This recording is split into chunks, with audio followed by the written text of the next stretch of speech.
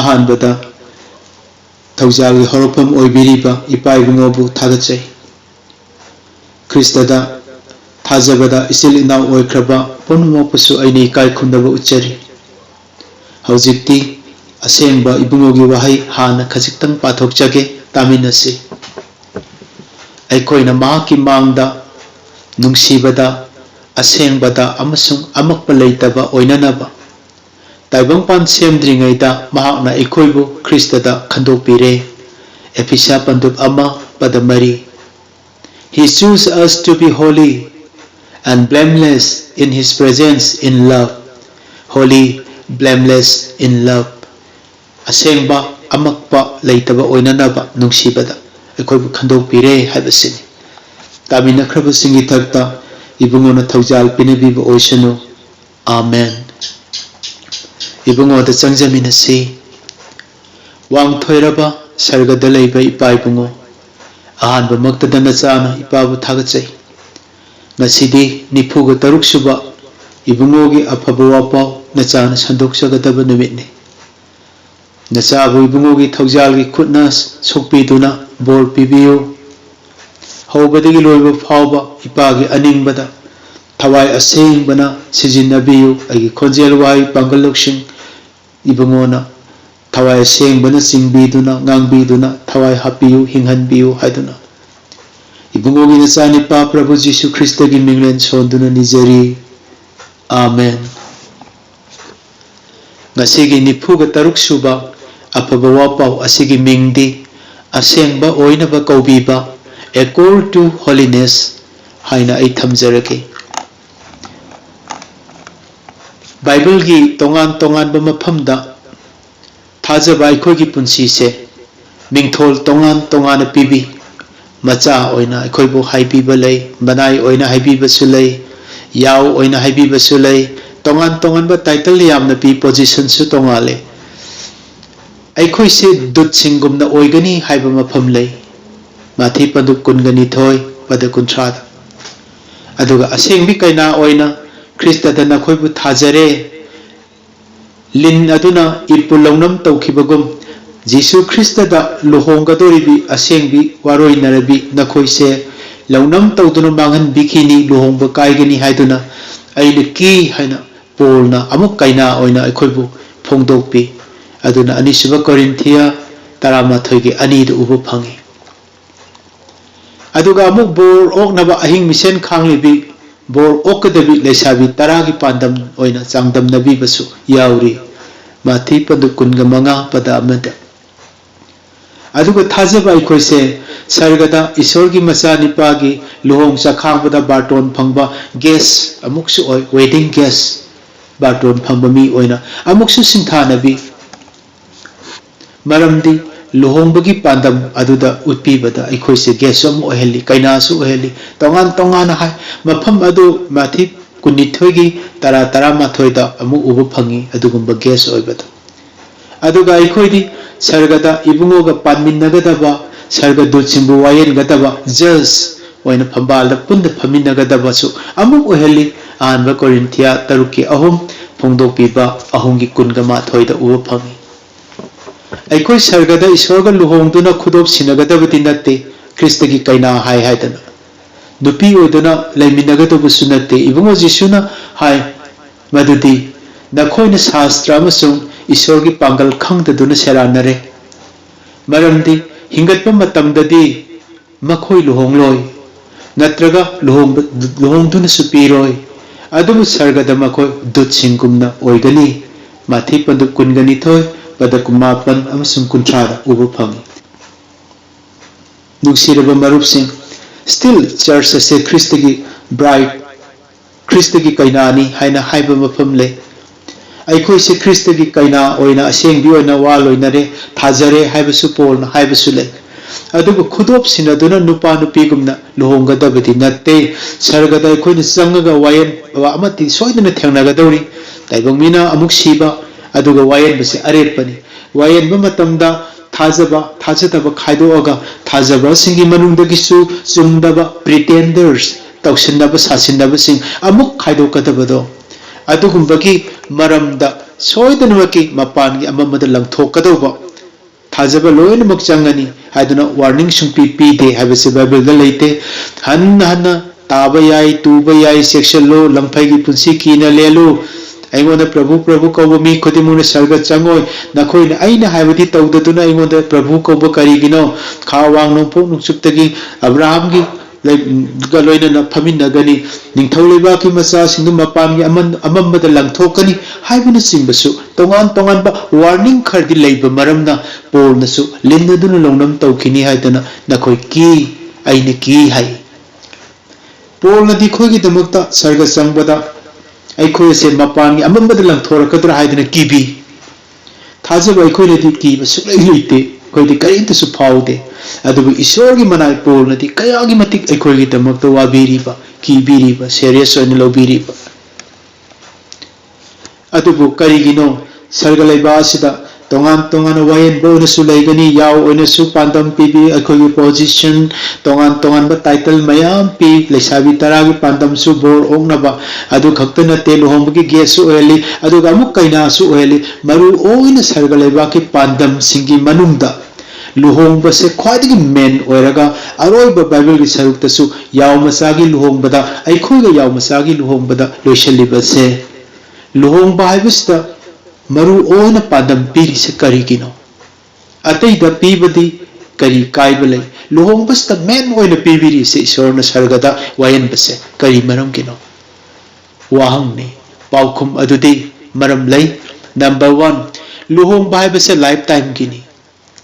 adugumna sarga changba sisu eternal life kini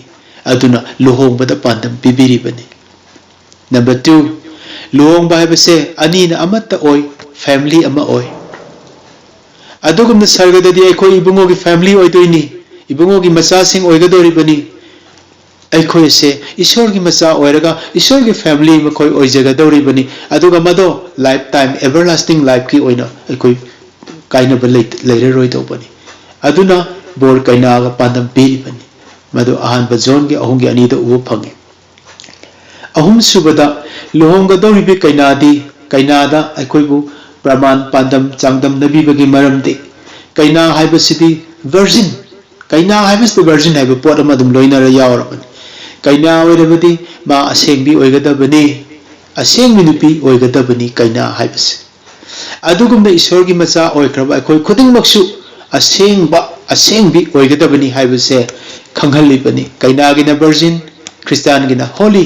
holiness mase thanaba yade aduna kaina da pandam pibibani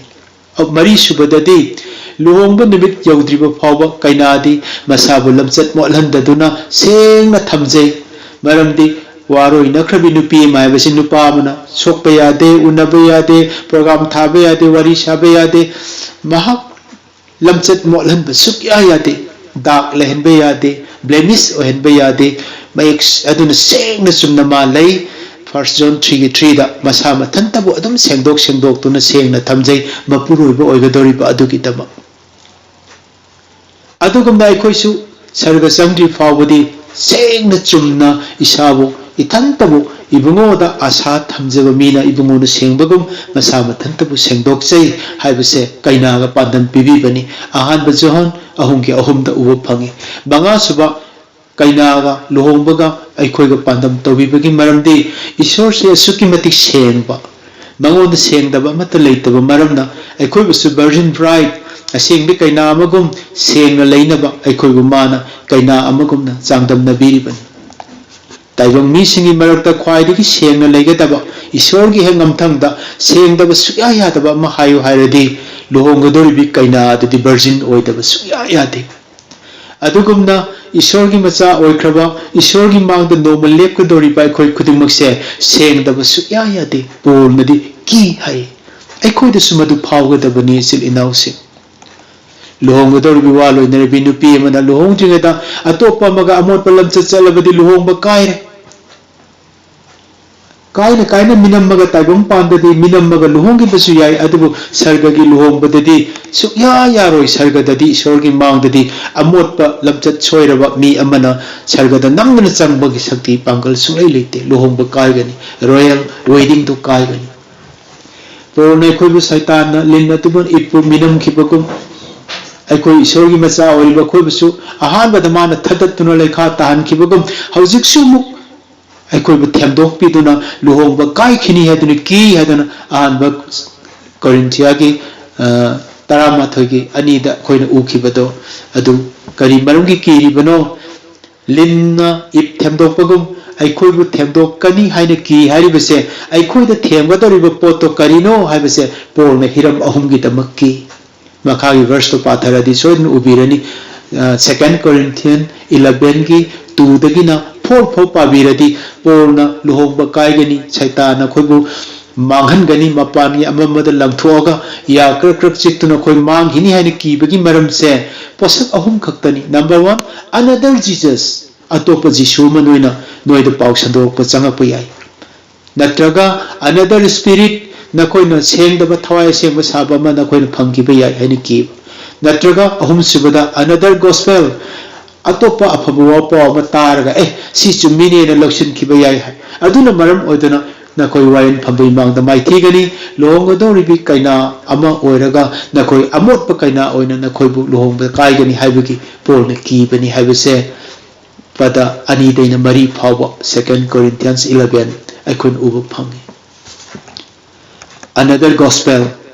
अतोपा फबवा पावमा सिंगलुप्त चंगा इसे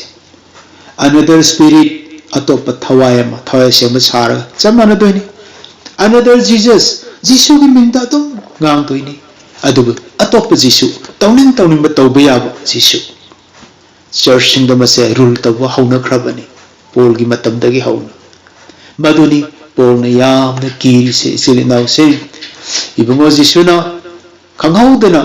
मियंग तारबा मिकुप अमतुदा अखोयना करीमता थवा सादना इराय लाइना कैसुक नतेदा अखोयदि सर्ग संगदोरबनेना नुंगाइना लेथोकदोरिसे करम मतमदा कैसु थवा सादना जीसुसु लाखिरोइदा क्रिस्टियन ओरदि लोयरे कैनो धर्म अम निंगबगुंबनी कैनो कैदौ हाइनो दुम मतम मांगा लयो हाइरो काइना हाइरकदोइनी अदु करिगिनो अनदर जीसस तो फंगब चर्च तो अनदर स्पिरिचुअल चंगी कान अदु खुमकदोइनी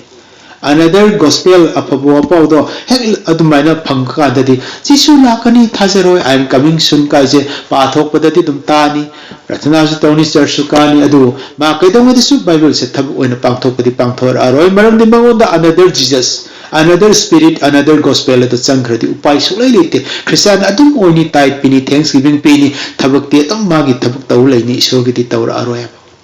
अदुनी पोलना की हारिसे मसिगी सोर्स से कदाय दे हाइरिनो applied bible commentary dagini ani lok thok sari base karma version dagino karma portion dagino mathi pandu kungamari bada nifu manga deni yankhai ma thoi phau pabiyo christian nan christian gi wana te harise christian sing na lang thokado bodo mapanda aduni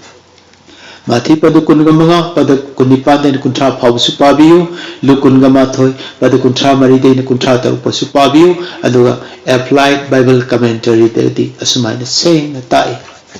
ibungo jisuna su haida warning dipida ai thajare yare to noi kai waro no haiba natte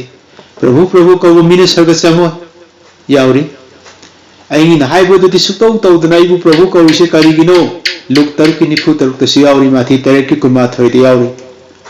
mi sina nimit adu da haigani ibungo ai koi di na ki mindawa ta thokhi dra bul ta thokhi dra ne angap pathabak sing tauki dra ne अदुबु इबुंगोना hi I नायगने I नखोयबु खंगदे Sissu warning अमनी अदुननी पोलना की हरिस माथि तरेट की कुनिथोय दु कुलुमदोय पाबियो अखोयना nahakna lam labada pizaki prabhu nahakna khorang labada khoi pithaki nahakna phi leitrabada phi piki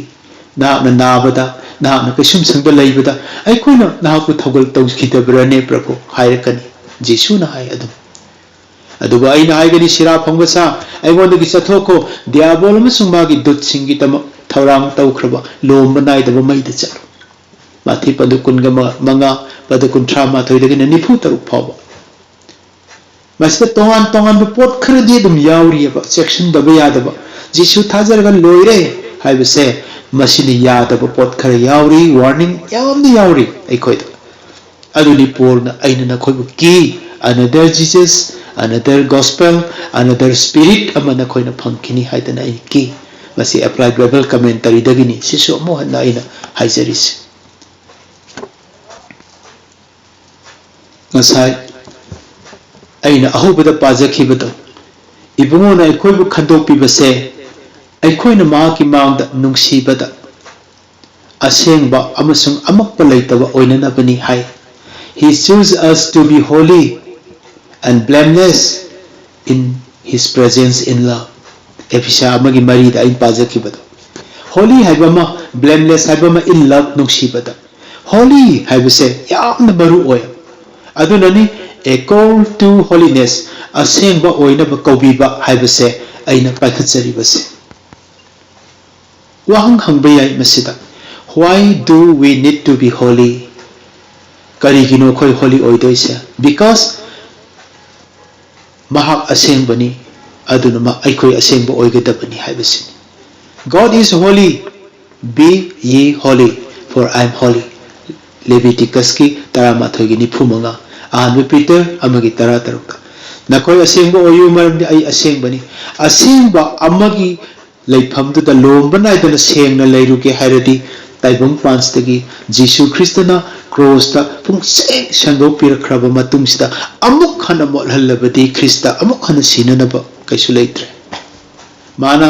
kakhatkiba sikiba cross to asuki matik ikai kuno khona kauganu haibadu ulibani ma amu hana la asiraroi aduna nakhoibu kaubiba ibungona sengbagum nakhoigi nachat natauda asengba oyu ahanba Peter amagi 15 da sengna iduna lei asengba oinaba kaubiba sermon se ai asengmani nakhoi asengba oyu a call to holiness asengba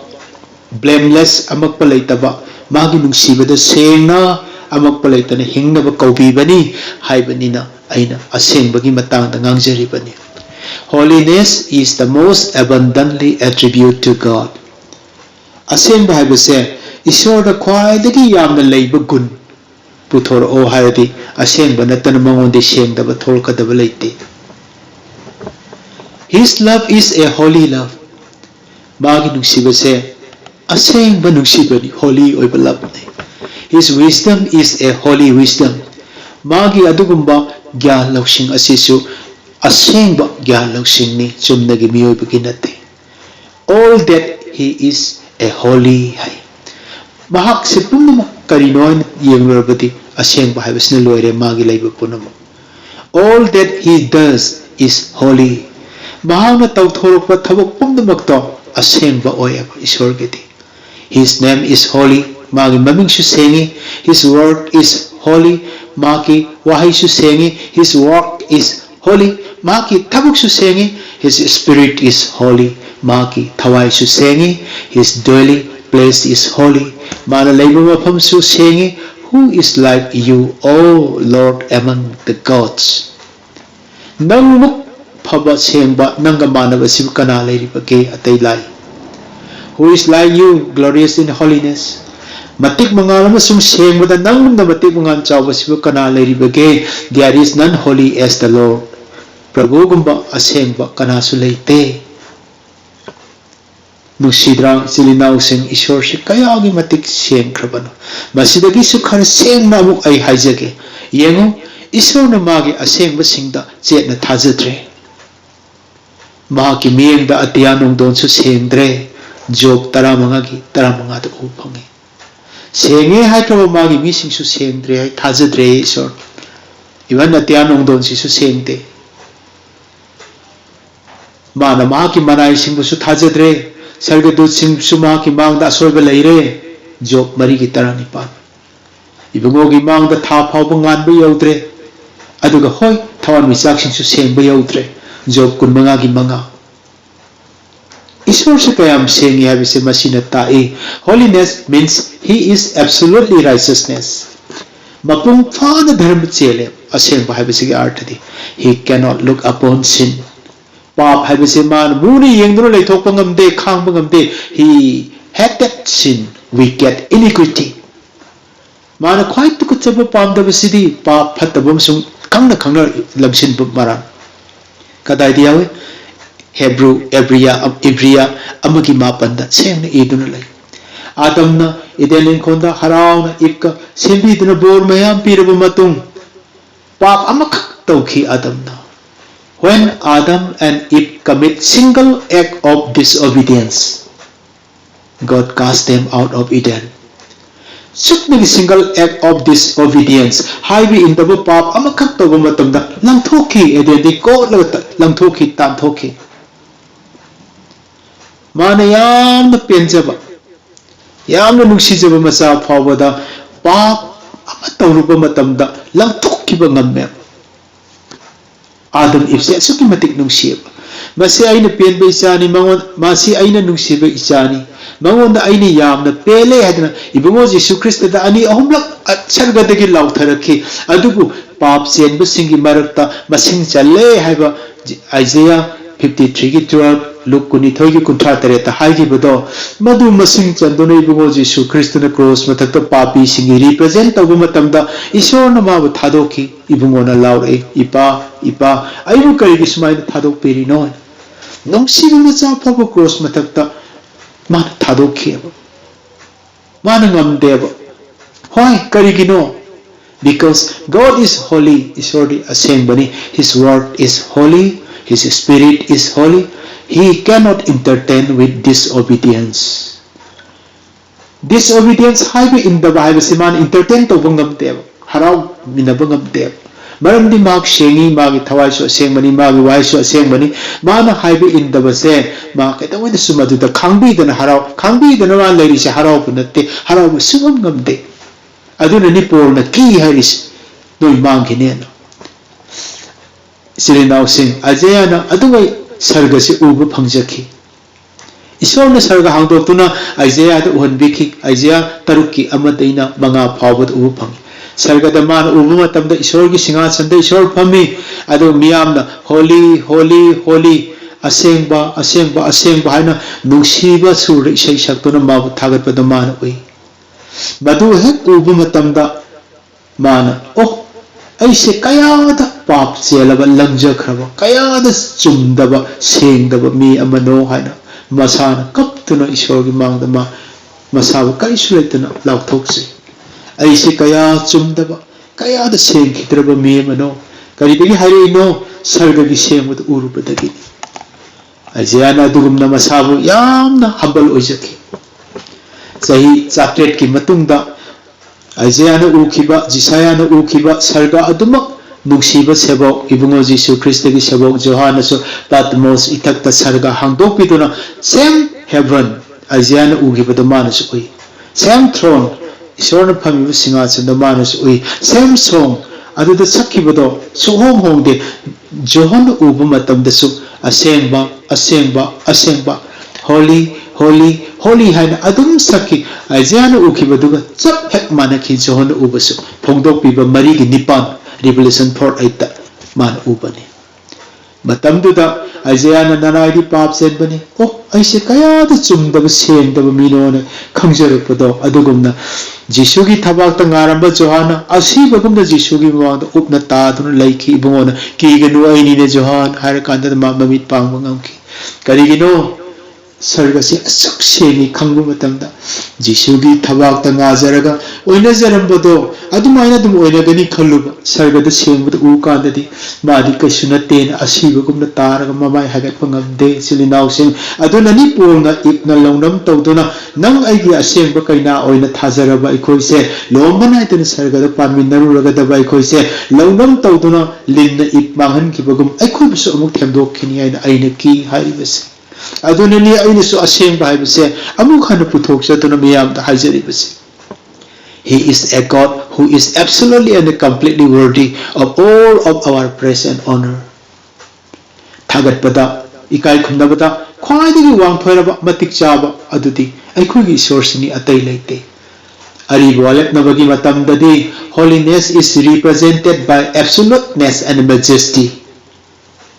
Aribu alepnabagi matamdadi asengba holiness habise karina mahusille hababu singlemba amasung phajaba asina oiramni. Anobu alepnabadadi in New Testament dadi holiness is represented by as separate from the world. Taibang pan amot pa papi sangsari ki tongana sengdoktuna khaido thamba se masina mahusin gra singlemba amasung phajaba absoluteness and majesty na oitre anobu alepnabadadi separated habisini tongana khaido khrabado adu oire khoise aseng bai se kari kari de apply to godoino isili now sing aseng ba ko pot se kari kari de apply to ba yai have se khwaidigi maroina koina khampase need oi it is applied to God. Number 1 ishor de apply to godabani aseng badi ishor di seng bani. Number 2 it's applied to Christ ishor gi macha Jesus Christ se khwaidi seng bani. Number 3 it is applied to Christians mase Christian thajaba ikosu ma khoi mana sengbagum na khoi sengata bani se hanjin haibi bani ai khoi su apply tawri bani se chak manana apply tawri bani bari subadadi it's applied to things pot sing su apply tawi chaba yaba sokpa yadaba paiba yadaba yengba yadaba tawroidaba tawgataba pot sing su amangba si tawradi mangani si tawradi sini lanaba thabak afaba thabak makan pot su apply tawi masi ai khoi bai no su kau phate. He is the source of all true holiness. Asengba mahaki asengba se pomnamak sengba adugi horupamni asengba pomnamaki asengbagi horupamda ibungona oyab source of all true holiness aisi mahami pare hairiba asengba se aikhoidadi kari da oigadori bano karmain tordi khoi senge se khangdoino. The answer is very simple. Paukhum madudi yamna aikoi laiba posakni masigi paukhum de karmaina lairi bano haibadi a blameless life hairaga lore. Aseng bahibase karino de amot pa yaudaba amak pa leitaba punsi aduni outer life mapanda mi uriba nang aigi phajahaliba phatabam ta uhandetana mi gi miengda asiga chak marana mi mamangda phajana uhaliba mapan gi hakchang gi oiba khoina utliba phajaba siga chak marana nungi punsi inner life adasu isor gi miengda phajana uhanba ngamlabadi yare maduni holiness hais. Holy life asengba punsi kadai kaudoino hiram khuding da punsi ki maikai khuding da khongthang khuding makta khawang nong ponong supta ishor gi wahai ni yaba matung ina chatpa aduni. Holiness habagi means ti wangang ba speech pi bada aduga keeping in relationship mari thamna bada su sengba wangang bada su sengna ngangba aduga to eat and drink chaba thakpada su ishor gi wahai ni yabiba asengba matung ina chatchaba. The way we spend money, paisa sijinabadasu isogi kanagadaba thawai kanabagi lambida isagi oirabasu afaba lambida aikoina sijinaba the way spend time aikoina matam lenbadasu sen sijinabadasu ibumugi wahaisna takpiba matung inna matam lenjaba sijinaba asini. Music tabada TV yengbada film yengbada video yengbada haiba pumnam asida isorgi wahaina yabiba matung inna tapna semdok saduna asengba punsida ikoin hingba ngamnaba honaba asini isorna ikoida pami base. Holiness means abstain from every form of evil. Yamna phajaba verse name se phattaba matau khudingdagi lapthok chau haiba asini phattaba matau khudingdagi lapthok naba hotna jau haibase ahanba Thessalonica manga gi kunithoi masi khwaidagi phajaba holiness haibase gi ngamnaba pambai ni holiness haibase samna harabada ishwar gi miyeng da mapan amadi manung heart animakta aikhoina sengdok chanaba sengdok charaga leijaba ngamnaba hotnaribase talibado holiness talibado maduna soidana ngamgani maduni ishwarna pamibase samna harabada to put off the old man ariba miyado lokthokhiba to put on the new man anoba miyado aikhoina phi setpagumna setpa dharma chenbada amasung achumbada asengbada ishwargi mawongda semkhraba anoba miyado nakhoina setlu ephisa mari gi kunmari ase khwaidigi hana maru oibani sil inause luhongado bi kaina amagi nit oibado karino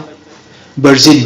aseng bi haibasini nit oris madu mangkhrabadi kaina do kari do doino ma tawsannaraga luhongasu mapurobata minambani natra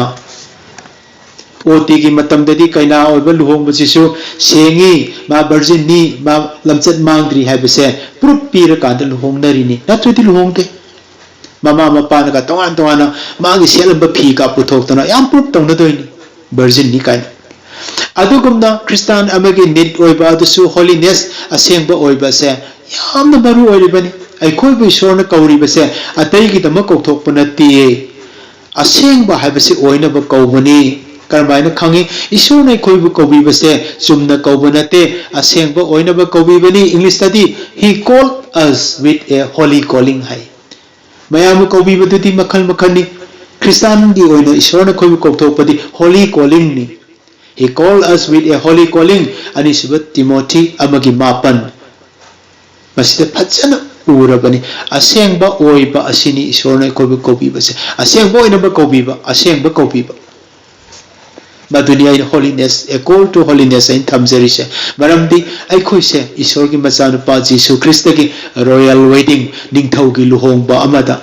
khwaidigi sengba amada kaina oina taibang thadokpa mikupta wayan phambai mangda lepado asengba luhongba ama da ikoi lepuga dorabani wayan ba matamda ibu karmaina langthorakani karmaina accept tobini haibase sengna ngangbada ngamoyaba madu Bible na sengbada ngangadi yam sangneba adubu yamna laina irailana 1 minute amani da khanghanba yanabagi damak luhongba haibasta bor kaina ani da pandam piramini masida subchalladi irailana ai sarga changni changoi adum khangani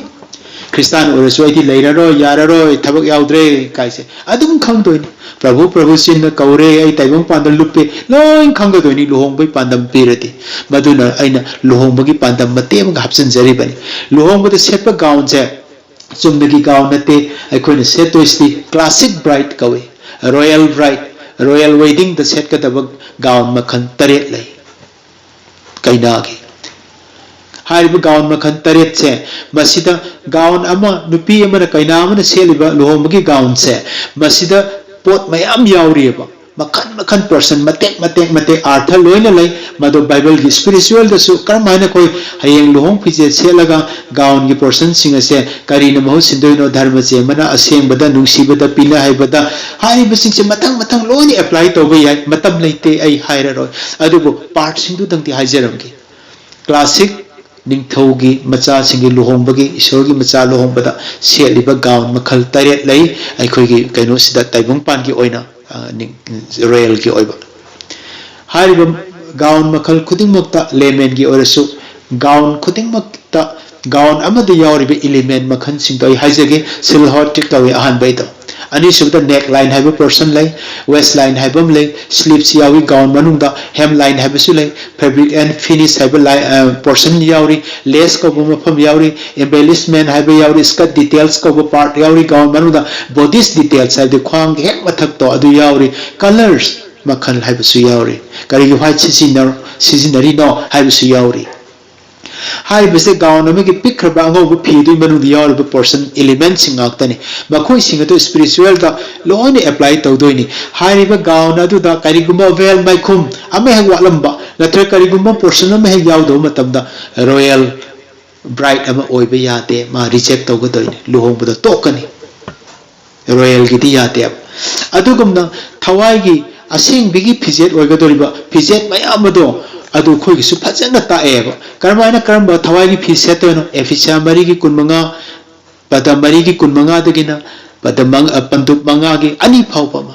efisa taru ki tara dai trai panpo job kuma pan gi tara mari dai tara taru aizaya tara ma thogi manga adu yankhai ma pan gi tara tere si pabiu yamna leiri masingdi challaroi haiba hairi basing ase ama hek walamba asi walami haiba kandane adum ai khoi su dum luhong ba kai doini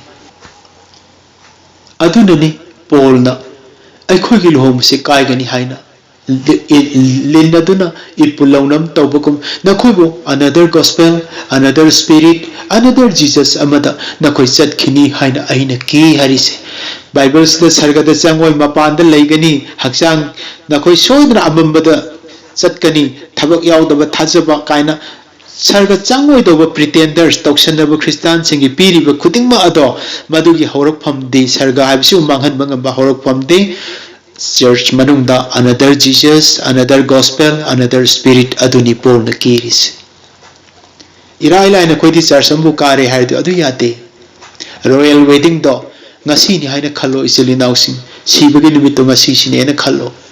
Nang aise kaina oigataba nimito khangau da ngasi ni haina koi laurase. Nimit adu da nahon da changiba holiness oibagi element Bibles na tambiri ba physiat sing ado nang hoda yauram dre ama wale nang reject oiren khalo reject oiren kaina sing be magi gaun da changi ba machak parto yauram dre ama wale na khalo lohong ba kai adugum na ningthau gi di kai doini khoise adugum na physiat ado loin sui har su gaun da mo la di kai re adugum na ai khoi haksang se thawai se taibong pan da mo lan khiba da adum lohong ba di kai jare adugumba royal wedding do wakal sajalasi karigumba nahakna asidi mole lohong baji kairi hairasu semdok sahuna bani kai khraba lohong bagi ningba kai bado wakal na ngasi si lohong bani wakalam ta tahodre madu kaina do nahak ni khanbiro natraga aisu aini khanjarage aikoi tari bu khudumuksu isa isa se ngasi lohong bado aikoi ni khalasi madu da aikoi se sengam da dun soiba kanda kayam waga dage haibase aina khajiktang imagine wakal na sajalaga ai haijage Baton loi chatkre sebao luhomba thaurang pungloi loire mi khudumuk su thungare nungsiba jantra su khongba haukhre lei makhal machu kayana auditorium to lei tengkhre sarga gi luhomba duta adugumba ningthau gi luhomba duta nungsiraba ipa isor su thoraktana auditorium da nga thoiduna phamdare macha nupa ibungo Jesu Christa bor oina nga thoiduna auditorium gi mamang da angel kaya ka loina na matik manga na phamduna ngai lere kaina du khakta ngai duna leri luhong ba hauga dore kaina du nahak ni haina khallo ai ni haina khallo matamadu da nungsiraba jantra gi khonjel music ama pirak matamda mi punumak hawat khre ai bu khut pai duna angel amana tapna tapna pusan bire luhong ba mi khudimuna kuning ka na kaina la e haibatu da kaya da chak na kaina do chak na yengchaba oh kaina la ene ibungo isor gi macha nupa yaw macha gi luhong tu da yaw macha du na sulep khalaga magi kaina bu kaya gi matik pamjana ok na nabagi tamakta muna yengchaba matam tapna kaina oriba nang natraga aise sangkhre hojikti khanghawdana taibong punsi loiratuna luhong bagi nillaba miyam na kuning kangdona yengnaraba asengwa pumnamakti senglaba mafam aduta tapna kaina do change adubu naksalla kandadi kaina adugi phajakraba masa ado maikhum amatta upamdre no veil on her head makok ta maikhum di upamdre maikhum uptre veil yaudre means no virgin ma virgin di oiramdre her wedding dress is so filthy sela ibal hong batasu taibang pan bata tauning ba taur ma khangau dun sirak pamaramna kari kumam tasu Christian yarsu thabak am tasu mana isor gi tamak ne kari kumam tasu masabu ki banatra serious oina khan ki tab maramna imot mot na changre means no holy ma sengdre ingan ngana ure mi punamangna her face is full of wrinkle no makeup lohong gani haraga wrinkle ngata mamai tasu means no humble wrinkle leire no lo pamte yawna taibong dama hingak pamini isorda loin phongdor e lohong ba nimitta she looks very ugly yamna thire means no Holy Spirit in her heart.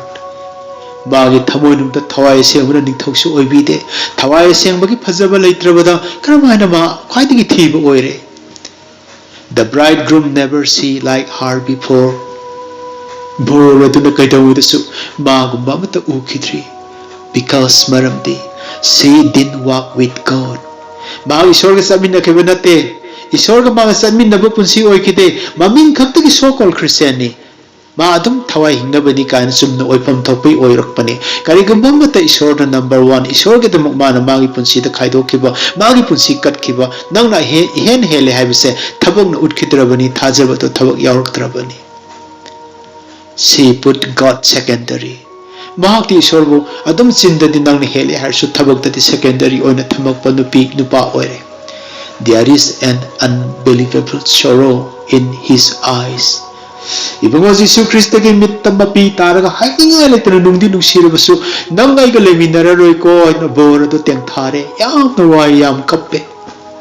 He knows that mana khangi ibungo Jesu na the bride didn't care and didn't prepare for the wedding. Karibu da suluhong bagi tamak take care lawrak pamina te ay no makhangog da sini habi take care laite. Kaidong with the sumana luhong bama ay wayan ama thengna kini habi da mo preparation sumangon da lairakte. Adubo still the bridegroom is holy. Ibu mo di atam seng tu na lay silinaw sing Bible na hai bor na mahaki kaina church po yam nungsi. Bible na hai bor na mahaki kaina asuki matik nungsi. Maramaduna asengba punsi oina set na lepu nang aigi nupi oigadobani nang aigi icha oigadobani nang wayan bama thengna khigadobani taibong mina amuk siba duga wayan base lepkhre maramaduna nang aiga kaina ba yate haduna masamuk taibong mi oina laaga cross to sibi duna pung seng sengdo piraba matung da su seng na lepo hairambado Bible the piribu warning singa se another spirit amana another gospel amabu church ta another Jesus ama thajakhiduna bahna Bible se yam laina lowki kaina oigadabado kari oire adugi matam da wagadabado nangni haina khallo aini haina khallo. Maramaduna silinaw sing kaina aduna masabu kayarak hana molhan kre habase hayeng wayan mamang ta matom ta phongdorakani ai kayamuk papsen ba mino aijayana ai kayamuk matik chada ba mino ai se chumda ba mino na sarga uba mikupta lauthorpagum jona Jesu gi thabak ta ngaram labsu padmos ithatta sarga hangdo uhonba kanda Jesu nungsibada kawbudi laina mamai thangan ngamna asibadangna tar upna talara Jesuna paibiraga John aini ki gano haibado adum haina aikoi gi amot pase sargado haing chang kandadi kayamuk hojik sengen lariba aisi motlamgada ke haibase mangjang nuna sem sanaba aina sermon che paikhatchabani chul inausin nungsi jarba isul inausin aikoi se isor loksiledi hairaga hekta yaba nungaiba punsi phangadabu natte wata padre ai nadre har ka nungaiba punsi heta happiness phangadabu sunate Bible tammoraga pau sandok pairaga su ai mai pa e mi khara church to leire har ka su singlup linkale har ka su hekta happiness punsi di phangadabu natte happiness haiba punsi sti holiness haiba degi phangakadabani holy life adu the happiness adu leijagadabani silnau sing maramaduna one day I will be a bride. One day you will be a bride in a royal wedding. Nomadi ningthau machagi luhongbada nang aisu kaina oirugadorabani aduna ibungoda asa silaiba khudimangna masa mathantaba sengdokse haibado ningsingsi maramaduna koi puning sengdokse dharma chenbagi phiado mapung phana setna bahonausi aikoi bu thembiba taibong pan sidagi tapna aikoi lapthokna bahonasi pamjaramba hakchang thabuk singado tapna tukachai haiba ngamakna bahonasi aikoi da lalakpu mi sing manungsibana phachana pakhum piba ngamda bahonasi maramdi the only way to success for our royal wedding is holiness. Asengbi kaina amoina mai pakna luhongge haibagi amata ngairaba lambi dudi asengba haibase natana amata leite marup sing sargada ikhogi bor oiriba isorgi macha jisu khwaidagi sengba isorgi machani mauna hai nakhoi asengba oyu maramdi ai asengba ni masi aroibo haini 1 Peter amagi 13 thongdo piba ahungi marida ibungo jisu hai sardis singlupta मखोई फिजोल मोलहंद्रीबा मी खर नाकी लई मखोई मतिक चाब मरमना मखोई फिंगौ सेतुना egg चटमिन्नगनी कयागी मतिक लाइबुक फबनो service मी खर लई सिंगलुक मनुंग लोइनमुक नते मथंगदा अरोइबदा मान हाय मसाबु सेंगना थमजदुना खांग हैना खांगलिबा मीसिंगदा इबुंगोन assume हाइबिरमी नहागना ऐगी खांग हैबगी वादो ngakpa maramna amuka haisage nahangna aigi khang haibagi wa ado ngakpa maramna malemda leiba mi singbu chang yengnaba taibang pan gi mi pumnamaki mathakta lakkadaba chang yengbagi pungpham aduda aina nahapu ngakpi gani phongdokpipa ahungi tara pumnamaki thakta ibungona bor pinabiba oisunu amen.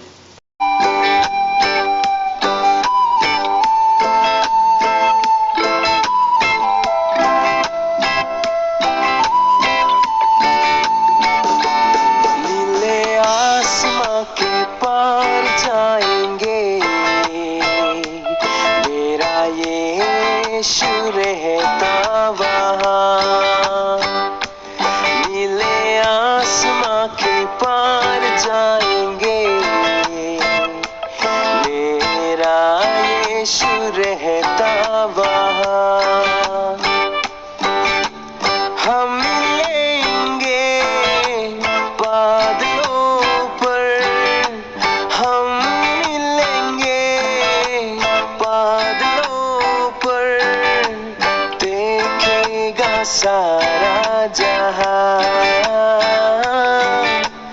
देखेगा सारा जहां नीले आसमां के पार जाएंगे मेरा यीशु रहता